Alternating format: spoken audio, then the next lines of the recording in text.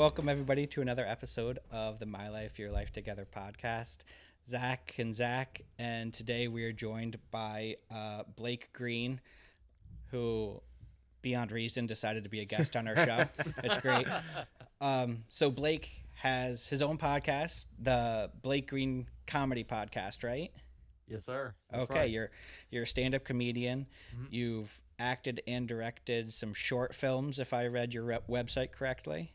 That's right. Okay. And I believe not even a spurt, quite a few years as a radio host in your state. Yes. Yeah.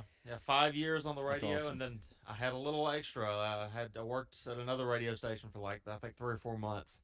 Okay. And 5 years and 3 months. That's awesome. So, yeah. What came first, the radio hosting or the comedy, like the stand-up comedy? Radio came first. I got into radio just from kind of sort of being obsessed, like back in high school, like on the way to school, I would listen to the radio, and eventually worked for the same radio station that I used to listen to. Oh, that's which cool. Was, which is WQSB That is cool. 105.1 and Mix 102.9. I don't work there anymore. It was about a 5-year run that I had with them, and that ultimately led to comedy. I started doing from there. Started booking some comedy shows. Started doing some comedy open mic. And then this my podcast was born, and so just because I loved radio and I wanted to continue my radio path, and I'm like, well, I'll make my own little show, and Nice. and so how long have you guys done your podcast? We're going on what, 10 months? Yeah, Something so like That's that. great. I released the Meet Your Host teaser episode the last week of June, and then started in July with trying to do weekly episodes, and Okay. I knew nothing about podcasting, editing, producing, I had zero experience in everything, so I grossly underestimated what was actually The amount of work Yeah. involved. So I skipped a few weeks here or there. Once Zach came on as co-host, it was definitely more smooth because it was like he's a good accountability partner. Okay. To be like, hey, we recording this week? What are we recording? What are we? And What are we then doing? Yeah. Yep. we took about 3 or 4 weeks off at the end of last year, just with like holidays and stuff, which was beautiful. And it kind of gave us time to formulate this plan of, all right, the new year's going to start and we're going to rip through recording episodes. So we've done some batch recordings, some back-to-back recordings, and I try to edit and get the podcast uploaded like a week or two in advance now. So it's slowly coming together. And just as it's coming together, I want to do more. Let me compliment your studio setup. I mean, I was saying before we got on the air here, I love the tortilla table there. Tortilla blanket. Yes. Yep. I think you could have a T-shirt that just says "tortilla blanket." I would buy that. I think we should do it. That's a good idea. Or maybe like your logo, like "My Life, Your Life Together," and then the T-shirt is a tortilla. Like that would be. That's an awesome step further. Just do a poncho. a tortilla poncho. Tortilla poncho. I love it. Yeah, I'd buy tortilla it. poncho. So my dad got me this as a gag gift one Christmas. He was just like, "Oh, I saw it online and I thought of you. Like, you can wrap yourself like a burrito. It's gonna be great." Right.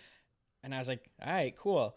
And I mean, I use it every day on the couch because I'm not even gonna lie. Like, I hang out on my couch in my pajamas with this thing on, and then it's our noise reduction apparatus on our Noise canceling table blanket. Well, I gotta tell you, I've worked in food service, and that thing looks slightly overcooked. I'm not gonna lie.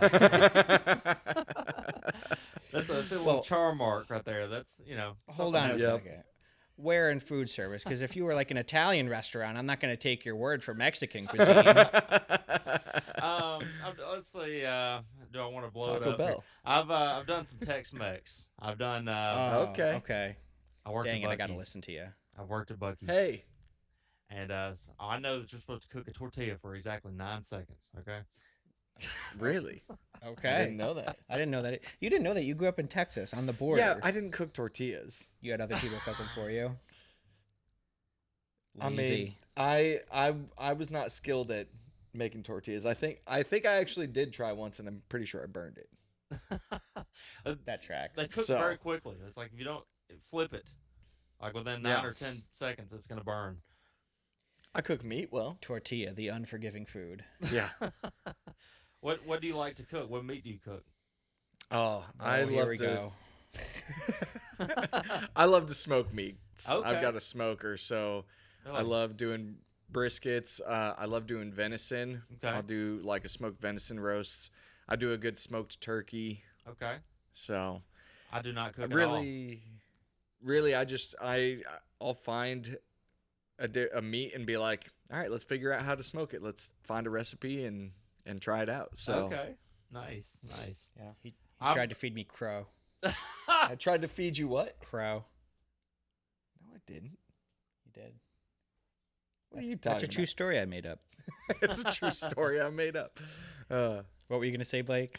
I was gonna say I do not cook at all. Mostly drive-through is my game. Because it's like I have no time in my life. That's fair. And so it's constant, you know, going through the drive-through, just getting something quick. And then when I'm at home, I try to get if I'm cooking, I try to really cook healthy and just get.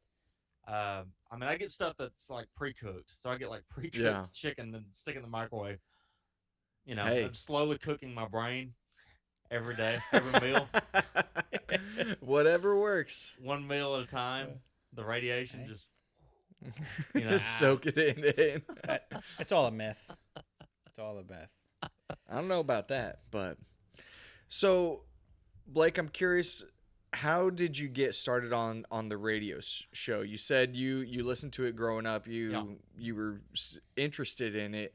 So how'd you jump into getting into radio? I went into the station that I used to listen to. I just went there. I found their address and I went to the station and I asked if they had any jobs available, and they were like, "Well, we might have something part time." And I ended up getting an interview, which was kind of lucky actually. And then I started on basically just what they would do. I would go and do remotes. We would set up at different events and spin a prize wheel and have listeners walk up. We'd spin a prize wheel and give away T-shirts and hats and stuff. And so I kind of started doing that, which was just a couple times a month. And then that eventually led to they put me on pretty quickly. They put me on a weekend radio show, and so I had Sunday afternoon was what I did, and it was noon to 6.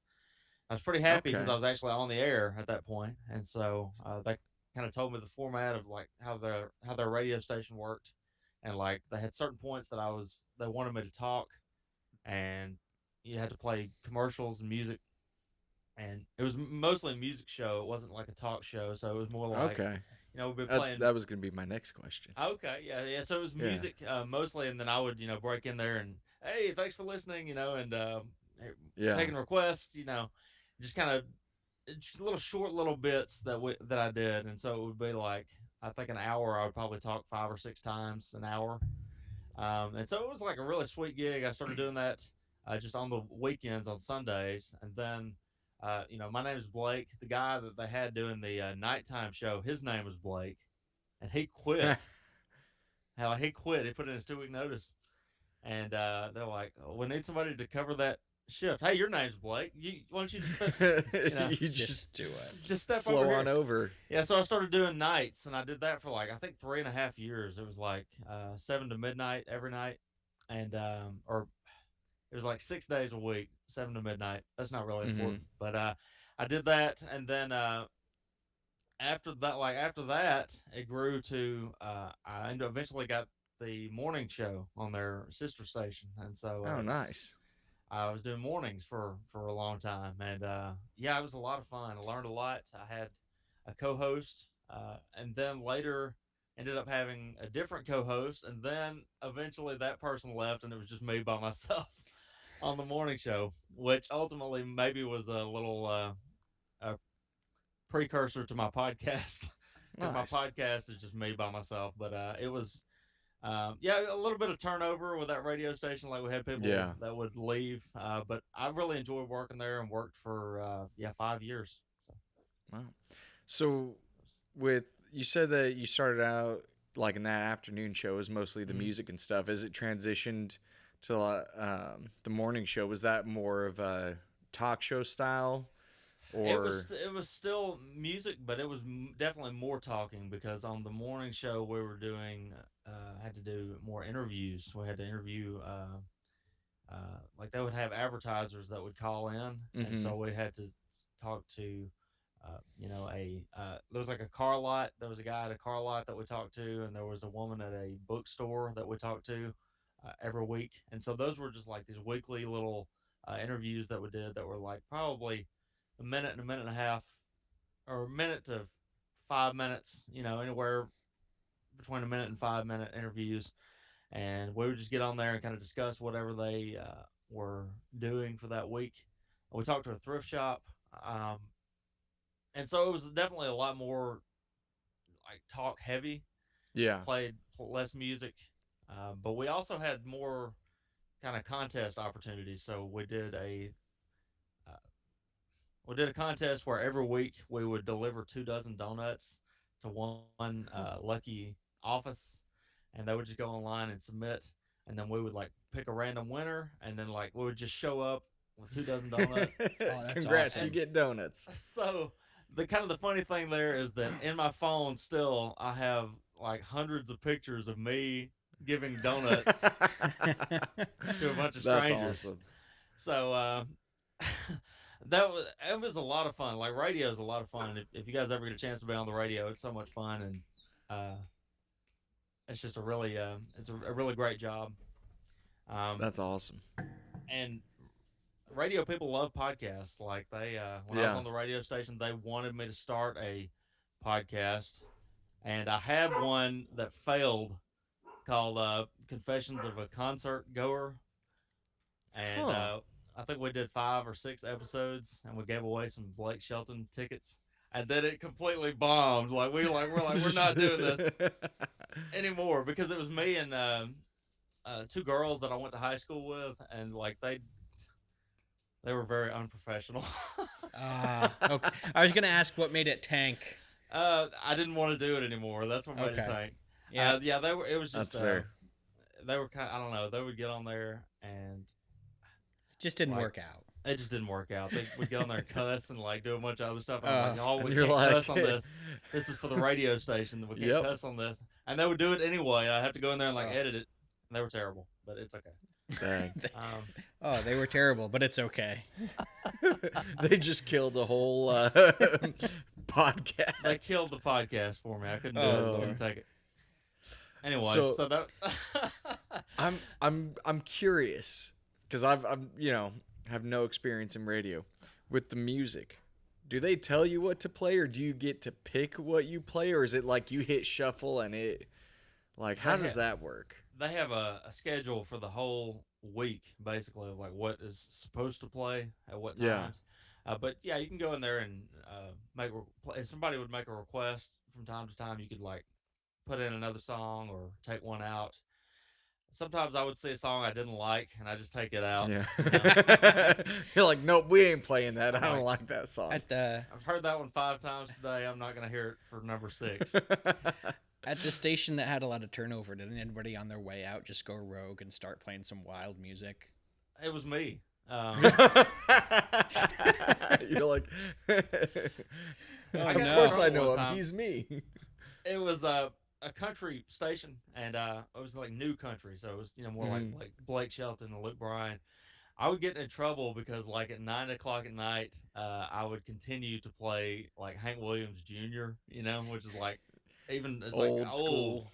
Yeah, and like this person would call in and request it like every night, and I'd play it like every night. And eventually, like the program director came in there and he's like, every night at 9 o'clock you've been playing that same song this week every night, and Hank, we're not even supposed to play it ever, and you're playing it every night this week. And I'm like, yeah, okay. You're so like, I am. Deal with it. Give the it's people 9 what they o'clock want. at night. Do you think? I mean, there's not that many people listening in, probably. Right. That's funny. Well, I mean, and that's one thing you should never say to your program director in radio. There's not that many people listening, I just do whatever I want. What, you think people actually pay attention to Job us? security is not a real thing. Do you think people are listening to me at 9 o'clock at night? Do you prefer the radio over podcast, like the live recording, versus the where you get to kind of fine tune the finished product?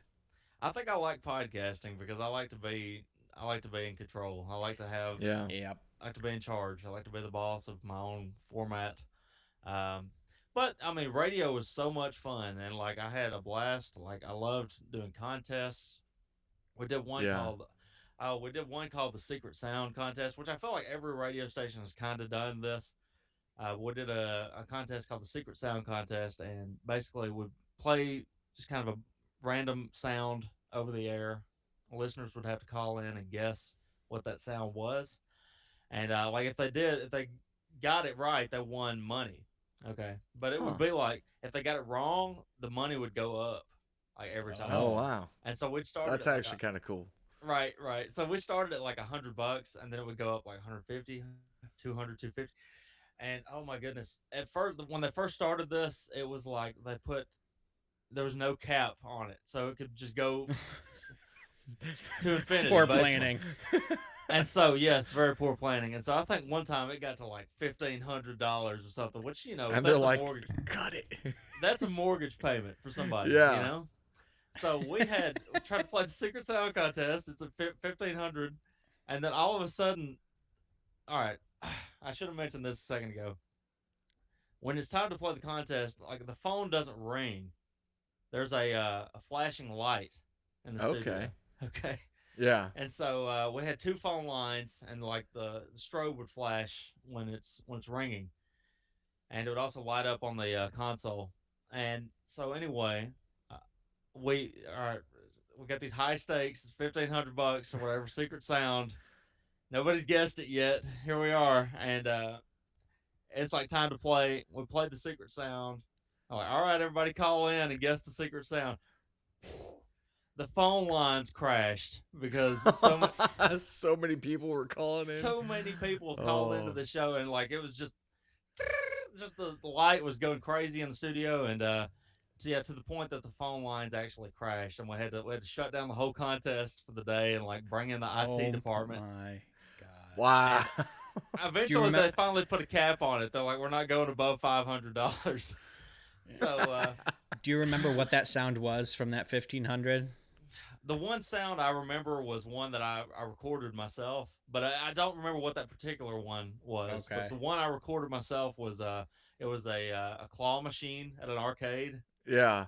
And so it's like I never would be able to guess that. It's out of context. It's kind of a tough sound to hear. Yeah. But yeah, because I had like a little bit of an arcade like obsession for a while. But yeah, I can't remember what that particular one was. But that gave me a headache. I was in the studio that day. I'm like, just the level. I couldn't answer the phone. I was trying to answer the phone, and it wouldn't. It's like it wouldn't work. It wouldn't work. Oh man, I would have played like silence, just dead air, and see if anybody called and be like, "Oh, it's an ice cream truck." Like how many people actually listened rather than just called and guessed. I think we had to get on the air and say, "I'm sorry, we can't even answer the phones right now." Our phones are dead. You guys broke us. We broke ourselves. Come back tomorrow. We did this to ourselves at this point. Dang. But that's kind of brings up another. If I could really quick, yeah, brings go up for another really kind of funny thing that would happen sometimes. We would cover storms, like if there was bad weather. Yeah. We would get a couple of DJs in the studio to do the weather coverage, and we had radar, and we would be looking at the radar and telling listeners what's going on, what to expect in the next hour or so. And there would be times where it never happened to me personally, but I heard one of my fellow DJs say that he was in the studio once, and it was really heavy rainfall, severe thunderstorm, and there was a lightning strike to the tower of the radio station. And so when that happened, he said the headphones went just static. Yeah. and you were no longer on the air. It was just all static, Yeah. and Just it's killed kind the of like station. it's kind of like getting zapped by Yeah. by the lightning yourself. Like, That sounds what I mean? horrible.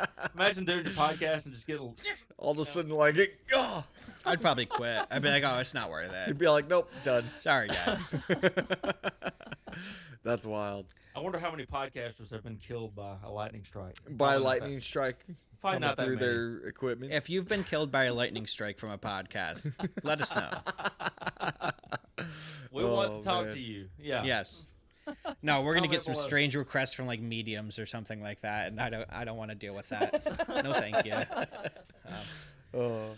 So, did you start doing stand-up comedy while you were still radio hosting, or did that come after? It was towards the end. I had actually gotten booked for a paid show. It was my first paid show I ever got booked for at a comedy club, and I went there, and I was still on the radio at the time, but like that was towards the end of my radio career.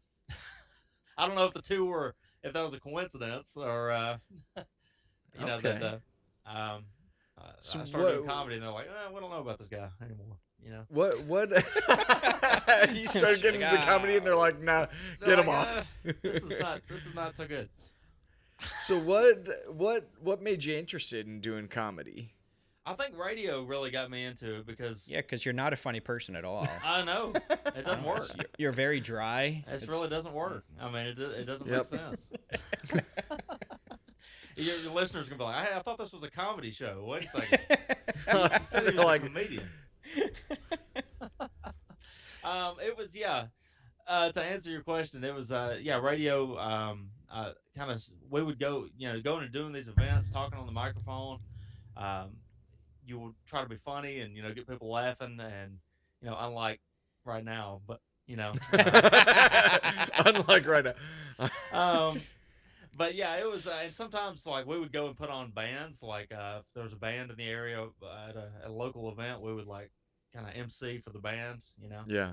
It was usually if they had advertised with the radio station, we would show up and maybe give away some T-shirts and just kind of introduce the band and say, hey, who's ready for Uncle Cracker. Whatever. Yeah, whatever. Did you really give away whoever's- T-shirts at one of those shows, or or did you pull that out of thin air? Yeah, we would give away T-shirts. Yeah, we did that all the time. Like we would sometimes like throw T-shirts like out to the crowd. Never been to a concert that gave away T-shirts. Oh, Really? really? Really? Sometimes you get I the have. T-shirt cannon at the concert. Yeah. I was like, I've never been lucky enough to catch one. I've I caught always wanted- T-shirts at lacrosse games before here, but like never concerts. I always wanted to do the T-shirt cannon like at Yeah. our events, but it was such close range. I knew I'd probably kill somebody if I did that. you You're know? like, boom. But, like- knock someone over. I mean, if I died from a T-shirt cannon to the face, what a way to go! I mean, that's the way I mean, it's a to good go. story.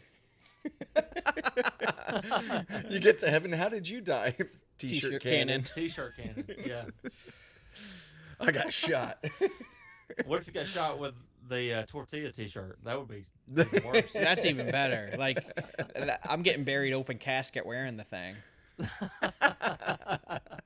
Well, I guess not buried open casket. The wake would be open casket. I don't. You just throw the dirt right on me. Yeah. Forget the coffin. Just throw me in the hole. No, just lay me down on the table, and I'll be the new soundproofing. Oh, Lord. Does this have to come out? I feel like this part might have to come. Nah, it's fine. It's all No, fine. leave it in. That's It's our funny. show. Do you have a question? Because I have a question. Yeah, go for it. Do you ever do stand-up comedy sitting down? I have never done that. I mean, I feel like only Dave Chappelle can pull that off. Oh, what a I guy! can't. I mean, I can't do that. It's like I kind of feel. I think maybe it is because my humor is a little bit dry. Like if I'm also sitting, Oh, they're gonna be like, "This is just what is this? Is this I like love dry humor. Is this poetry? Is this is this a spoken word? That's happening right now? Is he playing an invisible instrument? Just sitting down, roasting Sitting down people. talking. Do you have like comedians that kind of like you use as reference or inspiration that like made you want to start doing it more? I've always been a fan of Chris Rock and Jerry Seinfeld and Bill Burr. I love Dave Chappelle, and I love. Really, all the giants. I'm really a fan of, um, and I try to just learn from them as much as I can. Um, Bill Burr is really the one that really got me interested in comedy because I used to Okay. listen to He's his funny. podcast a lot. He's The hilarious. Monday morning podcast I would listen to just all the time, and I love the ones where he like gets on there with his wife and they talk back and forth. And I had my wife on one episode of my show, and she has refused to do any other episodes. Like Oh, I got to go listen to that one now. I think it's Oh, the that's most awesome. popular episode. It was episode Really? number 5. Okay. See, that's how you convince her. You're like, babe, it worked. Why didn't Yeah, she like it? I I don't know. I mean, she's just not a big fan of my comedy. I think Stop it. She doesn't find you funny. she's not. No, no. She's like you guys. She's like, why are you doing comedy? You're not good at it. Oh, I hope. Oh my goodness. So, where do you get your material from? Do you sit and like come up with material, or are you more of like a go with the flow, like flow with your audience and kind of spontaneous?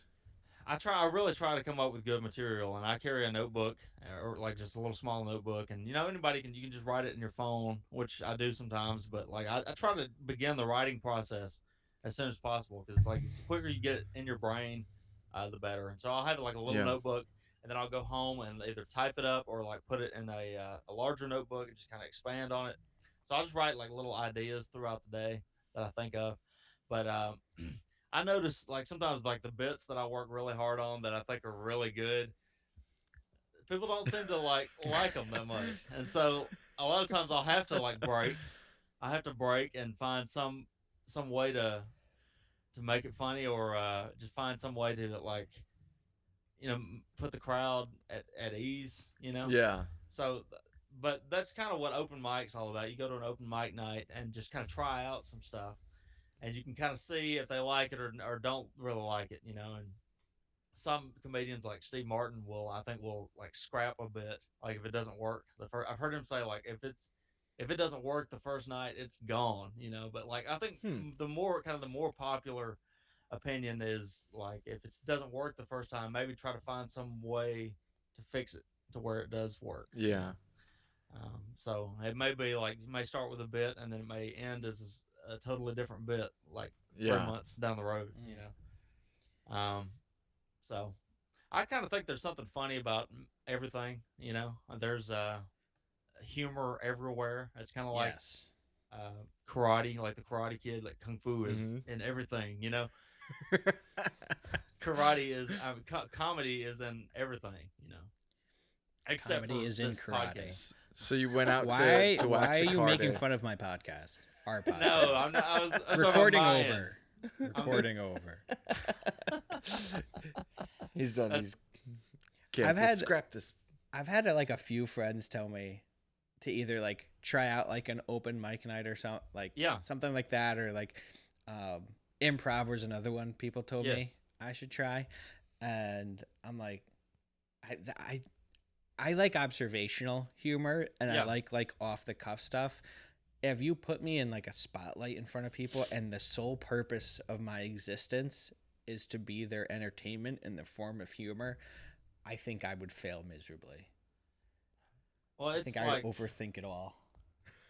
you kind of have to like on some level you have to not care what what the outcome is. You have to Yeah. not care Yeah. if they like it or not, and kind of have that sort of approach. Like this is so it's like this is what I think is funny, and like here it is. And by the way, like I love y'all's podcast. I think y'all have a great podcast. I Well, was thank not you. trying Thanks. to take Oh away no, from your I'm. podcast. Oh, no, I know we- you weren't. Don't worry. I was talking about my end of it. My end. It's all sarcasm here. We're very sarcastic people too, so we have y'all dry should, humor as You well. guys would be good at it. I think. You just get up on stage and try out some stuff that you think is funny. See, I feel like that would be terrifying because I'm like, if you get up there and like, how do you roll with if you get up there and throw out a bit, and just dead silence. Oh no. Like nobody laughs. It's just not like if I do that with a friend and I make a joke and it just falls flat. I'm like, all right, well, I'm gonna just. Then he can call me an idiot for now. not laughing, and you can't call a room full of 30 people an idiot. I'm gonna give you guys comedy 101. This is Yes, hit me. lesson number 1. That is what's known as bombing. That is a bomb. When you tell a joke that gets nothing, you are bombing. Okay, so how do I deal with it? Yeah. Well, there's a couple ways you could deal with it. You could just pretend like pretend like everything is okay. You know, You meant to bomb? like yeah, just pretend, find some way to make it. This is all just part of your style. This is you're okay with bombing. And basically, I think the way to do that is just if you tell a joke and it bombs, move on immediately to the next thing. Okay. And or if you could find some way to, all right. So here's an example of something I did recently. I was doing comedy in a coffee shop, and I was actually getting ready to do a show in Atlanta. It was kind of a big show in Atlanta, and I was there in the coffee shop, and I actually said, okay, I did some of my regular act, and then I was like, to kind of get them warmed up.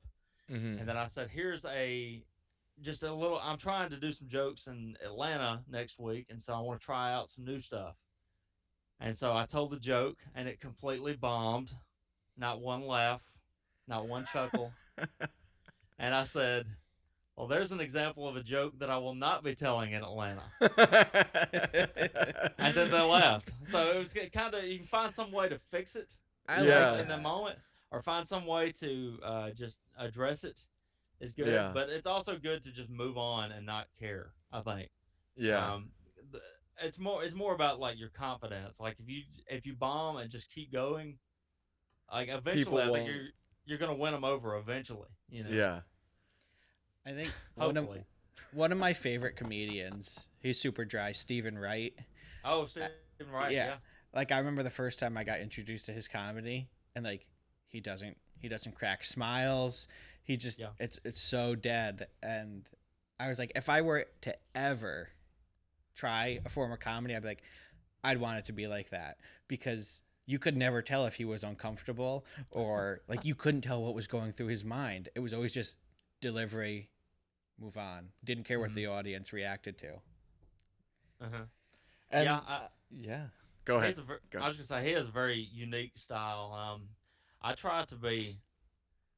God, I really hate this too, because it seems like some comedians are not really doing well, but they eventually make people laugh just because they're up there screaming.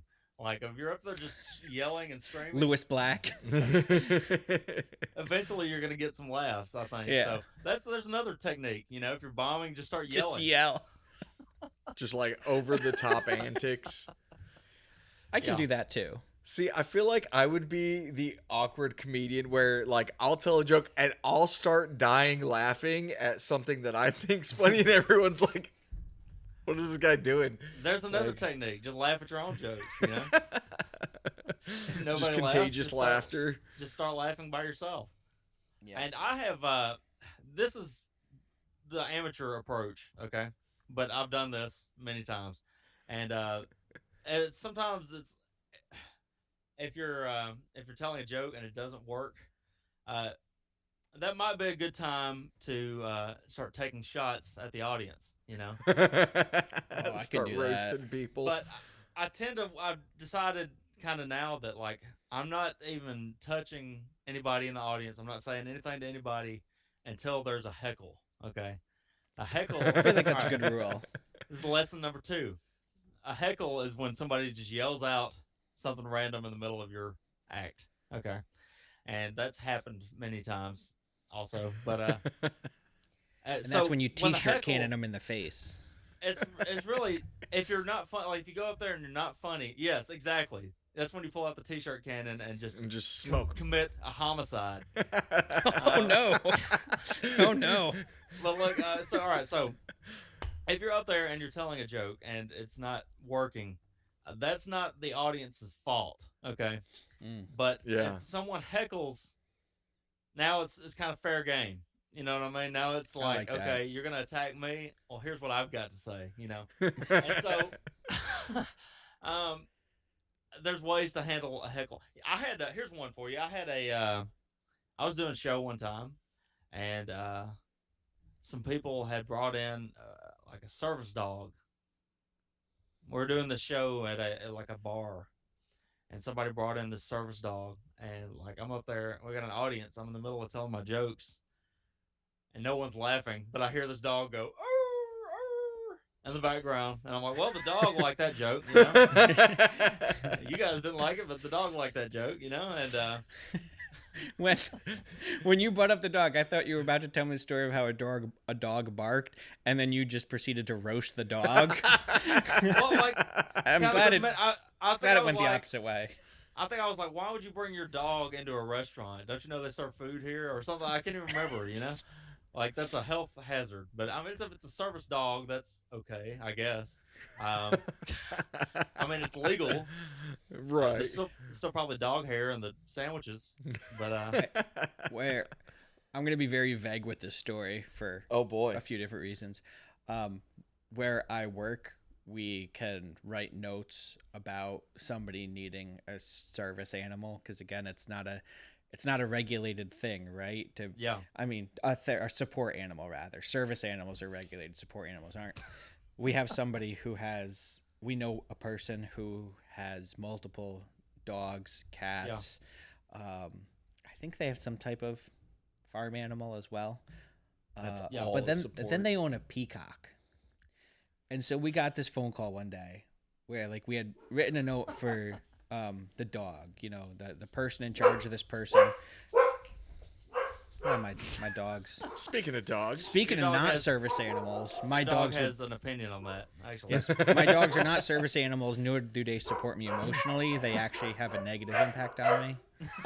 What are they like right now where they're The freaking type out? of barking they're doing leads me to believe somebody's at my house without my knowledge. So if anything happens to us, Make I'm a gonna joke need about you to just figure out how to get law enforcement to my house. Okay, that's on you. Everything you just said. Everything you just said could have been a comedy bit. Like, that was great. That was great. Yes, I did it. I don't have a service dog. My dogs don't service me at all. They actually hinder me. That's a bit, man. I'm telling you, you should try that on stage. Now, listen, I want to gift that to you as payment for coming on our show. You can any story I tell, feel free to use. But we had told this guy that we'd only write a note for one animal. And so he was like, all right, do my dog. Like a week later, the guy called back. He was like, I need my peacock. I can't function without my peacock. And we've never heard of writing a note for a support peacock. Like, how do we even do that? And Where this do you was draw like the line? yeah, that's basically what it was. This was like an ongoing thing for like 3 or 4 weeks. And finally, he somehow negotiated our office down to his dog and his cat, but the peacock was still like non-negotiable. Like we're not doing emotional support peacock. Look, this is my service hippopotamus, and I need a Right. note for it. Okay, no, I'd write a note for that. That'd be lit. Could you imagine just like somebody shows up to your comedy show with an emotional support hippopotamus mounted on top of it? He rides it in. At that point, I blame the audience. Yep. If there's a hippopotamus in the audience, that's the audience's fault for my show not being so good. Yeah. See, But I yeah. think. Go ahead. Oh, I was gonna say I think it's also funny. Like if comedians do it well with hecklers, I think that's sometimes some of the most funny material is just riffing back and forth with like someone in the audience. Yeah. I told somebody to go home one time. Yes. There was Tell me more. guy yelled out something super inappropriate that had nothing to do with my joke. I think he was like, I think you should like take a dump on stage or something. He said something stupid like that, and I was like, I think you should go home. And just Did he actually leave? no. Oh man. It was an ongoing battle for the next 5 minutes. Oh my god. Yeah, how long is like a typical set for you? Open mic night, usually 5 to 7 minutes. Okay. Oh, okay. And then if you get booked for like a longer, a bigger show, you might do 10 or 12. Or if you're like a headliner, you might do like a whole hour. I've never been a headliner. The most I've ever done at one time was 20 minutes, and that was the time I had that paid show. Nice. And yeah, 20 minutes, 20 minutes can be tough. I was gonna say that, like, depending on how it's going, it could feel like an eternity, right? Yeah. And this was one of those where it kind of felt like an eternity. Like, oh no. And luckily, it was. I don't know. I was kind of like the audience was like mildly amused, but they weren't like. You really want to try to keep their attention, and it was kind of a battle, but I got them back. So it was just sometimes like if you lose them a little bit, you have to kind of work to get them back. Yeah. You got to do a funny little dance on stage or something to reel them back in. I think I did an impression of a blue whale. Can you do that now? Oh.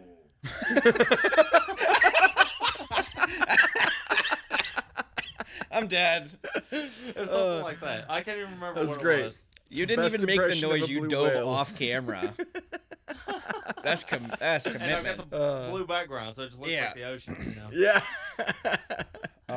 If I knew more about video editing, I would make it look like you were a whale in the moment when I go to release this. Please do. That's awesome. I might have to outsource. I'm going to hit up Ronnie, our friend Ronnie. He could figure it out for me. Fiverr.com. You could probably pay $5 for somebody to turn me into an actual blue whale. Ronnie is younger and smaller, and he has a broken arm right now, so I can make him do it for free. Younger, smaller, and injured. Yeah.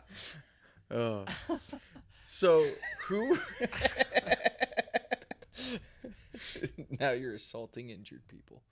We already talked about killing people with t-shirt That's cannons. true. Assault shouldn't be.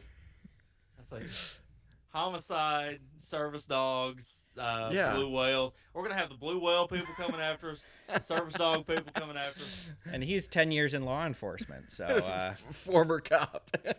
it's great. So who would you say that your comedy style is most like? What comedian do you think you were most akin to? Oh my goodness, that's like I wish I could say like I feel like a musician, kind of has like I'm like a mix of Jimi Hendrix and I've got a little John Mayer in me and but like I don't know, I feel like maybe you kind of want to ultimately get a mix of everybody and kind of eventually have your own unique perspective. I don't know. Honestly, I don't know. I mean, I think it would be insulting to the comedian for me to say that I'm like that. You know what I mean? Like, that's fair. I mean, like if I were to say, I'm a big fan of Brian Regan, and I kind of try to style things. I love Brian Regan. He's the best. I mean, I'm the polar opposite in a lot of ways. Like.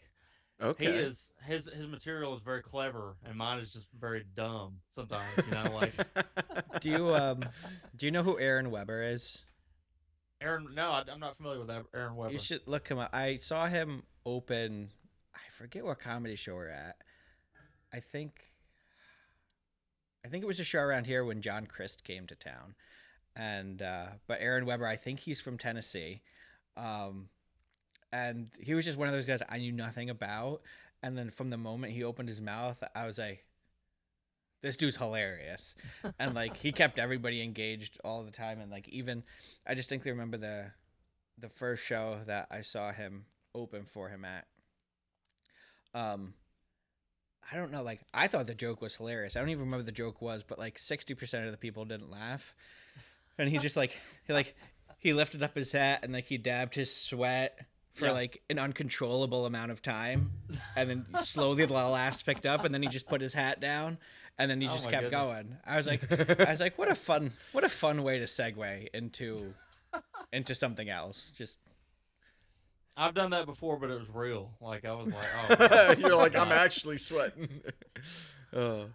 That was like me a second ago when I was mentioning Brian Regan. I was like, I hope Brian Regan doesn't see this.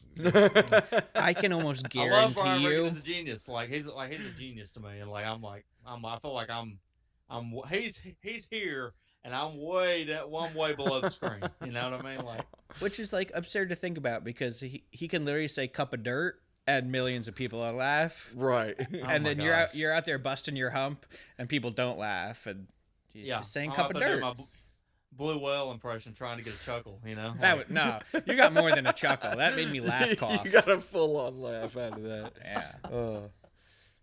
So, are you still? I know, and I'm interested to hear about the podcast. But are you still doing stand-up gigs while Yeah. you're doing the podcast as well? Yeah, I do open mic nights pretty much every week. Last couple of weeks, I've been I've been off. I haven't done any, and so it tells me I'm fresh and I'm ready to do some. But yeah, I try to do every week just to try to keep the muscle, getting stronger. Yep. And I write every day. And so right now I'm actually writing some more short films. I want to release some more short films in the summer.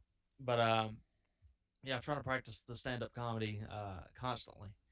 Always trying to think of the funny thing, always making little notes in my notebook, trying to cut out time, 30 or 40 minutes to just sit down and write jokes every day. And then eventually I'll find some that are actually funny. And uh, that's awesome. So then, with I had totally forgot you brought up the film stuff. What type of short films I did one do you do? comedy short. Well, actually, I've done 3 total, but the first one's just too embarrassing, so I took it down from my YouTube channel. Oh no. So I've done one comedy short film and one was a horror short film around Okay. Halloween, and so Big Dinner was a horror film, and I should say scary film, and the comedy film was one called Climbing Out, and that was a rock climbing short film that we did, and it was that was the comedy one. So we're gonna do some more. I live at the beach now, so I've got a little more access to kind of some cool locations. Nice. So I'm gonna do some more. I want to do more comedy short films, but I kind of like the horror genre also. Okay. I'm kind of open to some different things, but like kind of I'd say comedy and scary are my 2 favorite things because Yeah. they're so similar. Again, the difference between comedy and scary is the music. Whoa. That's good. Now I'm thinking about so I'm not a big scary scary or horror movie guy, but like last year I decided that I wanted to start watching more scary movies, and now I'm just playing them in my head with like the Mario soundtrack behind them. And you're right, that's just downright hilarious. So we had like a couple when we did the scary movie. It was like a little. It's not like jump scare or anything, but it was more like kind of a psychological sort of thriller. Mm-hmm. And we had a couple of comedic moments in there, and so I try to get as much comedy in as I can. And I think I was just really inspired to do that just because it was kind of close to Halloween. It actually came out on Halloween Day, and That's it's just cool. a little short 4-minute short film on my YouTube channel or BlakeGreenComedy.com. There's the plug. Oh. Nice. We were going to let you plug it anyway at the end. We always ask everybody. Roll You guys credits. are great, man. I love y'all show. This is awesome. Thank y'all for having me on. Yeah. How many episodes have y'all done? Where are we at now? We will have episode 31 coming out Wednesday, and then I have 2 more scheduled to come out, with 3 more as like auxiliary episodes that I just keep edited on hand for in case of in case of emergency. That's good. We got a couple in the chamber. Yeah, we've been like blasting through recordings. My wife is due with our first child June 14th. Congratulations to you. Thank you very much. And I don't want to spend like the first month or so as a family having to record episodes. Or sit there editing while you're having a newborn baby. What do you mean? Doesn't she just take care of him? What do I have to do? You're like, I get to sit at home, right? So yeah, like that was part of the push at the beginning of the year, was to stockpile episodes, to stay at least a week or 2 weeks ahead in editing, and then keep recording. So like we have 2 recordings today and 1 tomorrow, but we only release 1 a week. That's So very smart. That's really good. I'm always like week to week. Like I'm like, my show for next week will come out, tomorrow. So, Yeah. um, and it's really not good because I run into all sorts of issues with that. So it's good to have kind of a bank of podcasts ready to drop. it takes the stress off. So yeah, like next week or this coming week, we had done like a Ask Us Anything with the pastor of our church, which we split Okay. into 2 parts. So that'll come out this Wednesday. The Wednesday after will be we recorded last week, but I want to push out sooner, is our friend's band, New Monarchy. Check them out on Spotify. And plug. then yes, and then probably this one the week after, because just the way our episodes have been, we need a few weeks of funny. So We had a whole, so we had one day where we scheduled, it was a long day. We recorded 5 episodes in one day. Goodness. I didn't want to talk ever again. Yeah. So it was like we put in a full, probably 8+ hours recording that day. And almost all of those were like heavy episodes, Yeah. because some of our content, we'll have on people talking about mental health, things like that. Like, That's good. so we had some like real heavy episodes, and then we like to break it up with doing funny ones, like our Would You Rather one. Would you that's rather? Or coming out we is do going to be hilarious. the pick 2 to defend you, the rest will try and kill you. We do those episodes. And like there's certain things that we've talked about. This is a hobby for us. We generate almost no revenue and definitely no income. Yeah. We want to do what makes it fun for us. What makes it fun for us is doing heavy episodes. And like something we're going to talk about soon, just some feedback I've gotten on those, but like we're not going to stop doing those. We're not going to stop doing episodes like this, which are funny. We're not going to stop doing the Would You Rathers or the Pick 2 episodes, because those are essentially me, him, and any 2 of our really good friends just spending time together, having a dumb conversation, but it is pretty entertaining to listen to. And some people are like, "Oh, that was just stupid." I was like, "That's fine. We have, 30 other episodes you can pick and choose from." Like, If you don't like the funny one, you can Like- go listen to a serious one. yeah, That's a great attitude to have, and even like Stan Lee, Marvel Comics. I think he used to do a thing in the back of his comic book that was like, "Well, if you didn't like this comic book, you kind of owe us to read it because we gave you so many good ones." Yep. I like that too. That is a good point. Yeah. So, how did you get into podcasting? I loved Bill Burr's podcast. I used to listen to that all the time, and he does one twice a week. Can you imagine? That's a lot. I At used least to 2 do that, and I was episodes a like, week? that's what I want to do. I mean, I want to ultimately, do comedy and podcasting and work as an actor. Yeah. So I kind of was locked in and just decided what I wanted to do, and so I've kind of just been gradually doing the podcast we've done. So we're coming up on this next episode, will be episode number 29 for me. So it's kind of cool. Like we're kind of in the same realm of I episodes. thought I remembered that. But we have so I started mine and I did 20 episodes, and then I took a little break, and so I've just been back this year doing episodes. I think since January. I think So Nice. and or February, and this is it's just fun. It's fun to get on and talk, and just meet different people, network, and I feel like we're all like buddies now. Like we could go out to lunch or something. Yeah. If we weren't 3,000 miles away. That's true. Yeah. I didn't ask, where are you? I'm in Alabama. Alabama. Okay. I think I told South- somebody Kentucky. Yeah, you told me Kentucky. Kentucky. Uh-oh. Oh no. Did I do so? Uh-oh. And he's gone. South Alabama. and Okay. so we were in the northern part of Alabama, and then we recently moved down um, in the last couple months. And you guys were in Albany, right? Yep. Yeah. Yep. Yep. I don't hear much of an Upstate New accent. York. I don't hear much of an accent from you guys, honestly. I got to tell you. So, That's I should sounds hope more. not from him. yeah, I'm actually not from New York. I'm originally from West Texas. Ah, So, okay.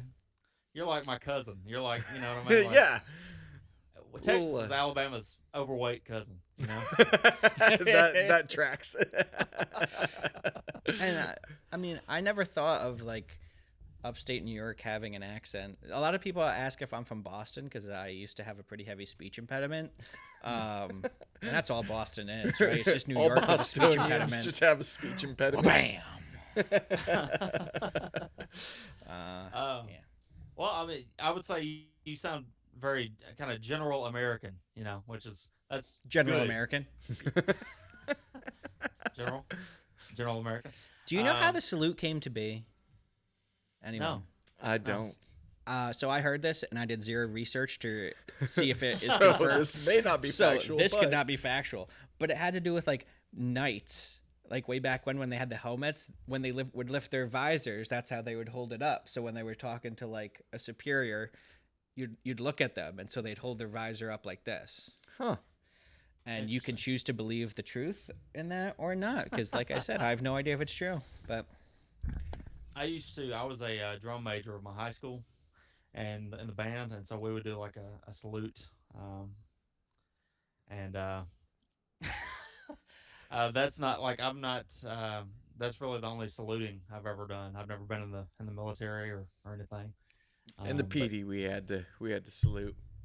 I'm hitting my mic and stuff, but so I never had to salute anybody, but I salute probably 5 times a day just to people at work just to see what they do. Yeah. I work Nice. in a doctor's office, so it makes 0 sense. Anytime I do a salute, it looks very sarcastic. It looks like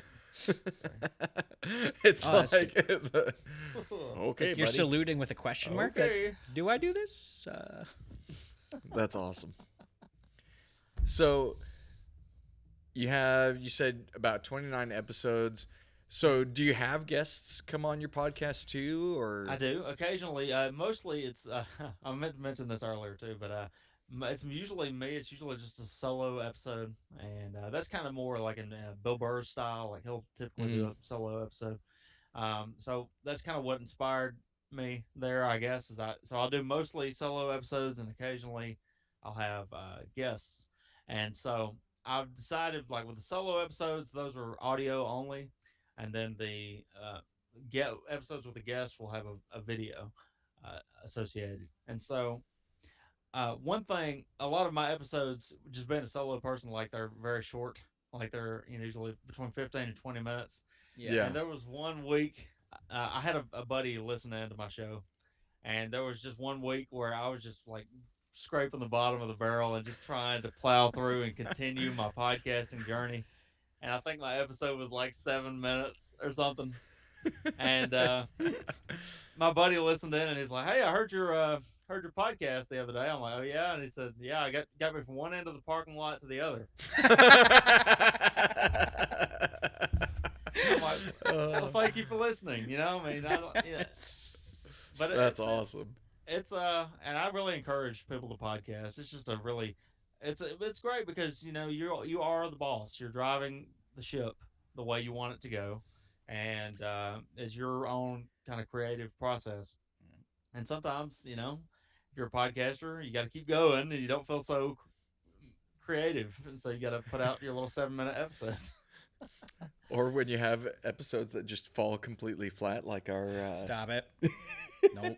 Well, now I have to take this part out, numbnuts. What? No, our History for Dummies one. Oh, yeah, that was bad. What happened? So I had this idea driving to work one day.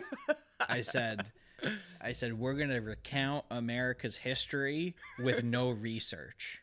Love it. And then we're going to talk our way through it, right? It should have been. In my mind, this is going to be like a 30 to 40-minute episode, which is shorter. Like we're going on an hour and 15 minutes right now. It's going to be a shorter episode. It's going to be great. We started recording. He knows about wars, and that's about it.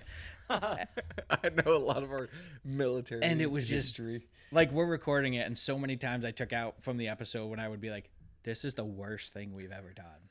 Like I don't want, and like we said we would do 2 parts at the beginning of the first part, so we got done with the first part. I was like, I don't want to do another one.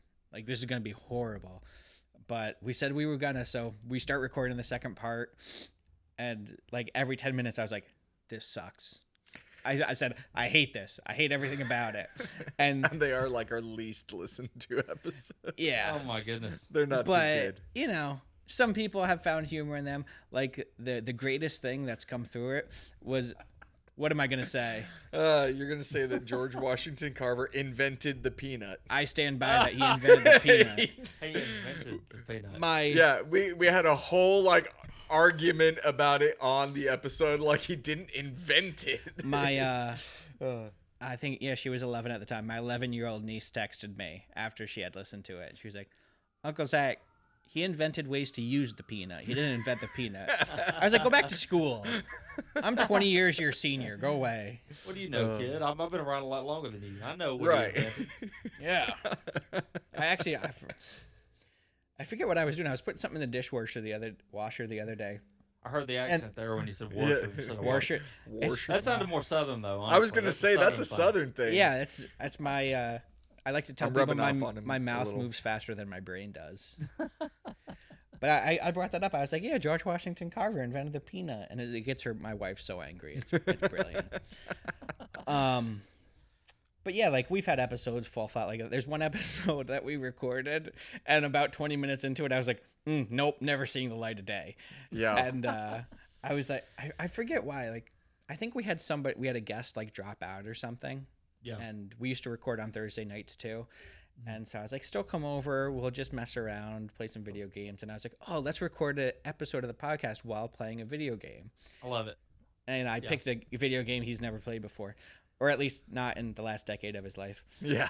And so like we talked about almost nothing. Like we were going to tell like funny stories about our past. And then I realized that it was mostly me griping about how I don't know how to play the video game and trying to figure out the controls. And then the time it was terrible. He told actually a great story, which I do want to incorporate into another episode. But what could have been maybe a 3 to 5 minute story was probably about 17 to 18 minutes. Yeah. About how he almost got eaten by a shark or something absurd like that. And it's a great story. It is, but a pretty it good took story. like 2.5 quarters of Madden to get through. Oh so my goodness. yeah, it's just that I might have the raw recording of that somewhere. Wow. Someday when we get famous, it'll be in our documentary. Before Zach was even a co-host, the very first episode that I recorded with my friend Ronnie, the scrawny kid who I'm going to assault later, and my friend Brian, it had to do like about AI, and I think it's about 35 minutes.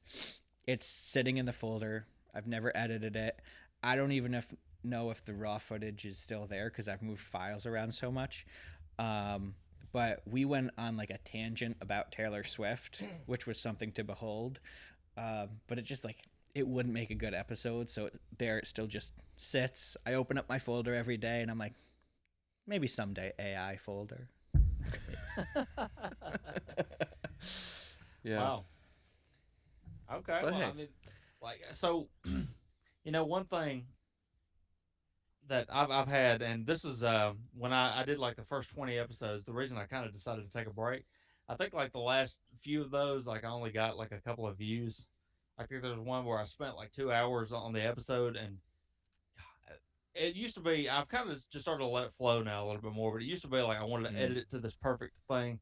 And so it would take me 2 hours to record to have a 20-minute podcast, or a 30-minute podcast. Holy moly. It'd take like an hour of me getting like set up and like trying to do everything right, and then try to go through and just edit every single thing.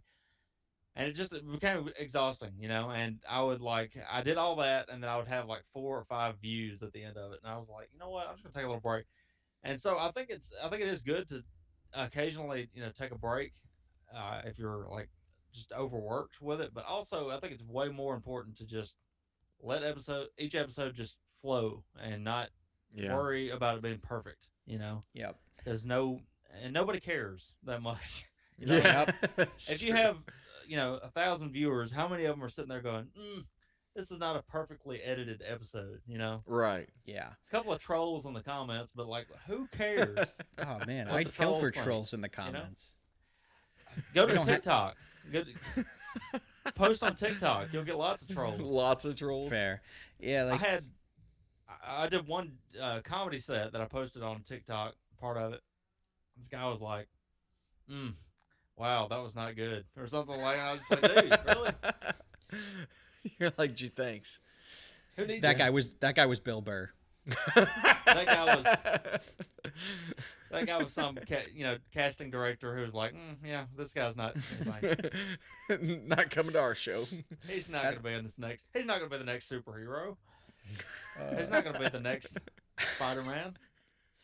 That was like, since we started doing video, I don't care less, but I don't focus on such individual, like when it's just audio, like if there's a mic pop, if there's just something, I'll cut out 2.5 milliseconds of a recording, like something stupid. Whereas now with video, because you can see it, which I know most people listen to anyway and don't watch it on YouTube, but just the idea of like, all right, well, I'm just gonna let it fly, because again, we get, I don't know, we have such a wide range, 30 to 60 listens an episode, so it's like, okay, who cares? That's pretty good though. I mean, that's definitely building that consistency. Yeah. There's a couple of moments like in this episode where I'm like, oh, I hope they cut that out, but like I don't even know. I can't even remember. Why didn't you say that? I told you at the moment you gotta say it. I was gonna say I can't even remember what it was like at this point, so it's like it kind of doesn't matter, Oh, well, it's in there now. Yeah. When it comes out, like it's not gonna matter, I mean, like a minute later, I'll be like, oh, I wish I wouldn't have said that part or whatever, but yeah. Well, and what was I gonna say? Oh my gosh, I was gonna say something and just dropped out of my You're brain. embarrassing me in front of our new friend. Well, while you're still thinking about that, let me just real quick. I'll just say, if it happened 60 seconds ago, it's in the past. You know what I mean? You gotta let the past go. The past is the past. The future is now. Yep. Oh, I remembered what I was gonna say. We were talking about how many views we get. It was actually really funny because there for like 10 episodes straight, we had someone watching in the Netherlands. Really? And so because our account can show us like what countries are listening in and all that stuff, and so we had a listener in the Netherlands, and the episode that we recorded that we like shouted out like that listener, like, hey, we got a listener in the Netherlands. Like the episode one before that was the last one that they listened to. Yeah. So they never listened to the episode that they got shouted out in, and they haven't listened since. I've done the same thing. So like I've got that same those same analytics where it'll tell me like the country and like the city they're listening to. And so I shout out and I'll be like, hey, thank you for listening in the UK. I appreciate it. Or, whatever. Thank you for listening in Canada. And then, I'll never see those people again. And I'm like, man, what am I doing wrong? I got to get them back. But, like, I do get that. You probably see every week, like, there's different people from different areas, like, different. And you get, like, one random person, which I wonder what that person is doing. You know what I mean? Like, are they sitting there going, like, oh, what is this? This is a brand new podcast? Let me listen in. Oh, that sucks. Or is that or like or do they actually listen to the full thing and be like, They never comment. Yeah. Like the really cool listeners from the Netherlands never comment. Yep. They're always just silent judgers, I think. They're looking down their nose at us. Oh, see, so our listeners, we invite you to comment. If you like it, let us know. If you don't, let us know. Listen, I've said it. I think I've said everything I can to get people to give me feedback. And then this past week, I just started texting people that I know who've listened to it from the beginning for their feedback. And apparently, I have to just actually accost people on their personal cellular device. It's fine. Well, that's what it takes. You have to harass people. Because there's so much to listen to out there. You have to constantly be spamming people with your podcast, It's It gets hard though. I mean, I'll do social media posts on Monday, Wednesday, Thursday, and Friday. Sometimes Tuesday too, and then usually Saturdays. Every other Saturday, I think it seems like we try and do like a Saturday update. Okay. Yeah, and sometimes people interact with them, and sometimes they don't. And at least I can say I tried. Like college, at least I can say I tried. This is show business. You know what I mean? So like even what I said earlier, like how I took a break. When I came back, this is season 2. You know what I mean? That was season 1. I like that. This is season 2. You know what I mean? So it's just all how you spin it, I think. But That's like awesome. if you can find some way to like get your podcast out there, a lot of people will do like an email list, like a newsletter. If you can get people to sign up for your newsletter, then you can send them then you kind of sort of start to develop your audience. I don't have a newsletter right now because I feel like that's definitely, I think it's a really good thing for the people who definitely care about your show and want to be a part of it. But like for the people who are just, you know, kind of noticing it, like it could be considered spam if you're constantly emailing them, Hey, look at me. I think I got to give you a lot of credit for the social medias. I think you've been doing really well on the post because he'll do like all sorts of,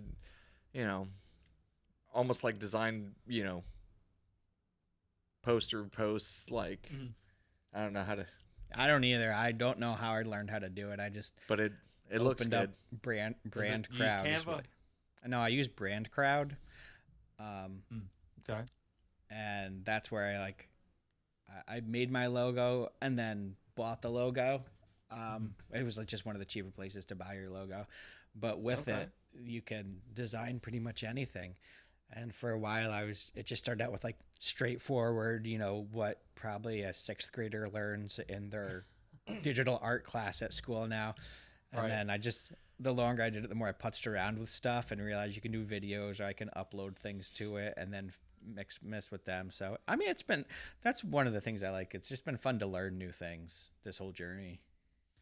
I was just going to say, I use Canva pretty frequently, but that's, anything you can find to like make your own designs. I saw y'all, like, I was impressed with y'all's, like your artwork and your logo. And I was like, okay. That was all me. Every last bit of it was It me. was. It was. You got to take credit where you deserve credit, it was all me. You don't give credit, you take credit. Oh, no. Holy moly. But yeah. So, Blake, I think we're going to be wrapping up here pretty quick. Okay. Where can people find you if they want to come see one of your shows, if they want to listen to your podcast, if they want to, connect with you and follow you, where can they find you? BlakeGreenComedy.com. You will find all of those things. At Blake Green Comedy. You can find me on social media. BlakeGreenComedy.com and the Blake Green Comedy Podcast whoop, whoop. is available everywhere. Except for Pandora and Sirius, because, everywhere else. Everywhere else except for those. That's fine. And as always, the links to all that will be in the description of the show. So you guys can just click on that. You don't even have to type it. I do all the work for you. Isn't that nice? Yeah. And, hey, you ought to make more of those shirts. So that then we can plug, hey, go buy Blake's merch and, We'll do a little T-shirt exchange for sure. There we go. Thank you guys for having me on. Yeah. Absolutely. Thank you so much. We enjoyed having you on. This was a ton of fun. I think we'd be interested in doing more episodes if you're ever interested. We'll keep in contact. Definitely. To all our listeners, viewers, thanks for tuning in and watching the show. If you like what we do, again, like, subscribe, follow us.